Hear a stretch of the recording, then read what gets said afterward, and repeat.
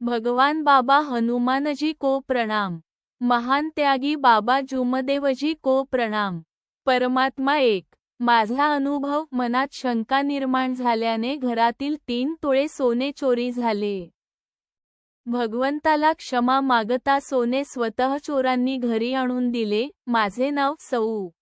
सुरेखा पुरुषोत्तमजी बावनकर आहे। आज मी माझा अनुभव या अनुभव मालिकेत माझा प्रथम अनुभव मार्गात येण्याचे कारण सादर करीत आहे। मार्गात येण्याअगोदर आमच्या कुटुंबात एकूण 5 सदस्य होते। मी, माझे पती, सासरे, दीर आणि माझा भाचा, नणदेचा मुलगा असे माझे कुटुंब होते। आम्ही तेव्हा पवनी या गावी राहत होतो।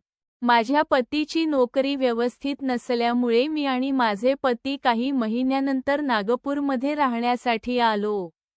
नागपूरला माझे पती अगरबत्ती कारखान्यात सेल्समनची नोकरी करू लागले। मला 2 मुली आहेत, रोहिणी, मनीषा व एक मुलगा अक्षय झाला।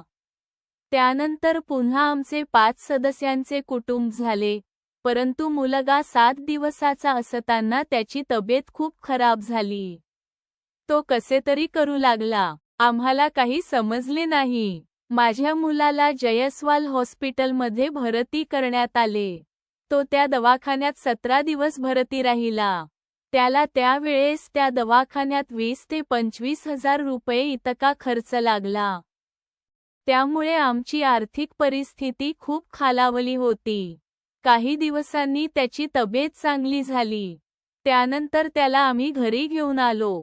त्यानंतर काही दिवसांनी त्याची तब्येत आणखी खराब झाली। अगोदर तर आम्हाला समजलेच नाही की त्याला कशाचा त्रास आहे, परंतु नंतर डॉक्टरने सांगितले की त्याला फिटचे झटके येतात। त्याच्यासाठी आम्ही दवाखाने तर केलेच, परंतु बाहेरचे सुद्धा केले। ताजुद्दीन बाबाचा उपाय सुद्धा केला। ताजुद्दीन बाबांच्या दरबारात 5 घोडे नेले, कबूल केले तर आराम पडेल या उद्देशाने, ते पण निरुपयोगी ठरले। घोडे आणण्यासाठी पण पैसा खर्च केला। थोड्या वेळापुरता आराम लागायचा आणि काही दिवसांनी पुन्हा तेच। आम्ही हे सर्व करून थकून गेलो होतो। घरी कमविणारे फक्त माझे पतिदेव एकटेच होते। खूप पैसा खर्च झाला, तरी काही आराम नाही। त्यावेळी आमच्या शेजारी श्री शंकर नाकाडे नावाचे एक सेवक राहत होते। एक दिवस ते घरी आले आणि म्हणाले, बाई, तुझा किती पैसा खर्च करून झाला, तरी आराम नाही। तू परमात्मा एक मार्गाचा स्वीकार करून घे। मी माझ्या पतिदेवाला मार्गात येण्याबद्दल म्हटले, परंतु माझे पतिदेव काही ऐकायचे नाही। माझे मामसासरे श्री साठवणे हे जाणते होते। त्यांनी माझ्या मुलाला पाणी बनवून दिले, पण त्याला काहीच आराम झाला नाही। पहा आपल्या भगवंताची कृपा किती महान आहे। श्री शंकरजी नाकाडे यांनी आपल्या भगवंताचे तीर्थ बनवून दिले, तर माझ्या मुलाला त्याच क्षणी आराम झाला। तरीसुद्धा माझे पती मार्गात यायला नाहीच म्हणायचे। काही दिवसानंतर माझे सासरे यांचा पवनी या गावात देहांत झाला। आम्ही पूर्ण कुटुंब पवनी या गावात गेलो। तिथे माझ्या मुलाची तब्येत खूप खराब झाली। तो तसेच झटके मारू लागला। तेव्हा मी माझ्या पतीला म्हटले की आपण मार्गामध्ये जावे। त्यावर त्यांनी खूप विचार केला। ते म्हणाले, एका भगवंताच्या तीर्थात माझ्या मुलाला आराम लागला होता। मी माझ्या वडिलांचा 14वी कार्यक्रम झाल्यावर नागपूरला जाऊन मार्गाचा स्वीकार करणार। पहा शब्द, त्याच शब्दात माझ्या मुलाला तिथेच आराम मिळाला। मग आम्ही नागपूरला आलो। 1999 मध्ये आम्हाला श्री शंकरजी नाकाडे यांनी मार्गदर्शक श्री मारोतरावजी राऊत काकाजी यांच्याकडे नेले। आम्ही त्यांना सर्व दुःख सांगितले। त्यांनी घराची साफ सफाई करून सर्व देवी देवतांच्या प्रतिमा व मूर्तींचे विसर्जन करायला सांगितले। आम्ही सर्व सांगितलेल्या गोष्टींचे विसर्जन करून त्यांच्याकडे गेलो। त्यांनी सांगितल्याप्रमाणे 3, 7, 11, 21 असे कार्य केले। त्या कार्यात माझ्या मुलाला आराम मिळत गेला। त्या कार्यात आम्हाला खूप समाधानी मिळाली.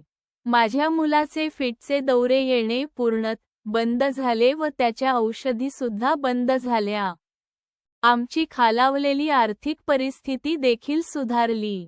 आमचे मार्गदर्शक राऊत गुरुजींनी 2001 मध्ये आम्हाला त्यागाचे कार्य दिले.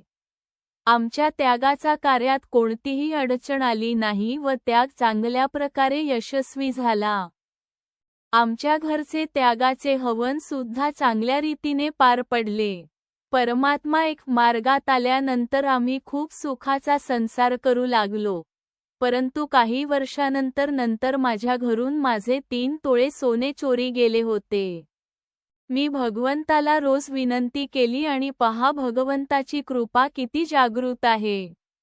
8 दिवसानंतर माझे पूर्ण सोने घरातील एका खिडकीमध्ये त्या चोरांनी आणून ठेवले होते. त्याचे असे झाले की काही वर्षांपूर्वी शनिवार दिवशी मी लग्नाला गेली होती आणि लग्नावरून दुपारी घरी आली. त्यानंतर 10 ते 15 मिनिटांनी शेजारच्या काही सेविका माझ्या घरी आल्या व टिमकीला बाबांच्या निवासस्थानी जाण्यासाठी आग्रह करू लागल्या. मी लग्नातून नुकतीच आली असल्यामुळे अगोदर नाही म्हटले. त्यानंतर माझ्याच मनात शंका निर्माण झाली. नंतर मी हो म्हटले व घाईमध्ये अंगावरचे 3 तोळे सोन्याचे दागिने काढले. त्यानंतर ते दागिने मी त्या सर्वांसमोरच कपाटात ठेवले. त्यानंतर आम्ही सर्व टिमकीला जाण्याकरिता निघालो. टिमकीतून आलो आणि मी दागिन्यांचे काही काम नसल्यामुळे काही लक्ष दिले नाही. नंतर 10 ते 15 दिवसांनी बघितले तर माझे दागिने अलमारीमध्ये नव्हते. अलमारी जशीच्या तशी लॉक होती. मग घरात सर्व ठिकाणी आम्ही शोधले, पण कुठेच आम्हाला दागिने मिळाले नाही. नंतर 2 ते 3 दिवसांनी आम्ही मार्गदर्शक राऊत काकाजींकडे गेलो आणि सर्व आपबीती सांगितली. काकाजी म्हणाले, 3 दिवसांचे कार्य करा. राऊत काकू म्हणाल्या, तुझ्या मेहनतीचे असेल तर तुला नक्की मिळेल बेटा, काळजी करू नको. आम्ही कार्याला सुरुवात केली. पहा त्या काकूंचा शब्द. 4थ्या दिवशी आम्ही कार्याची समाप्ती केली आणि त्याच दिवशी दुपारी समोरच्या रूममध्ये, हॉलमध्ये खिडकीमध्ये ती 3 तोळे सोन्याचे दागिने असलेली डबी मला दिसली. ती खिडकी पण उघडीच होती. कोणी आणून ठेवली ते भगवंतालाच माहिती. आता आमच्या कुटुंबात सर्व व्यवस्थित सुरू आहे. माझ्या दोन्ही मुलीचे चांगल्या प्रकारे शिक्षण झाले. आता मोठ्या मुलीचे लग्न झाले. ती आपल्या सासरी खूप सुखी आहे. लहान मुलगी स्वतःच्या पायावर उभी आहे. ती एका कंपनीमध्ये जॉब करते. ज्या मुलामुळे आम्हाला परमात्मा एक मार्गाची रूपरेषा कळली, आमचे जीवन सुखी झाले, तो शिकत आहे. माझे पती आधी ज्या कंपनीत सेल्समन होते, त्याच कंपनीमध्ये मॅनेजर आहेत. मी व माझे कुटुंब तत्व, शब्द, नियमांनी नेहमी वागण्याचा प्रयत्न करतो. तसेच मंडळाअंतर्गत होणाऱ्या कार्यक्रमात नेहमी जाण्याचा प्रयत्न करत असतो. माझे छोटे कुटुंब भगवंताच्या कृपेने सुखी समाधानी जीवन जगत आहे. लिहिण्यात काही चूक भूल झाली असेल तर भगवान बाबा हनुमानजी व महानत्यागी बाबा जुमदेवजी यांना क्षमा मागतो. नमस्कार. नाव सौ. सुरेखा पुरुषोत्तमजी बावनकर. पत्ता लाकडी पूल, तेलीपुरा, नागपूर. सेवक क्रमांक 11124. मार्गदर्शक श्री मारोतरावजी राऊत गुरुजी, गट न. 8, नागपूर. परमपूज्य परमात्मा एक सेवक मंडळ वर्धमान नगर, नागपूर. सर्वांना माझा नमस्कार.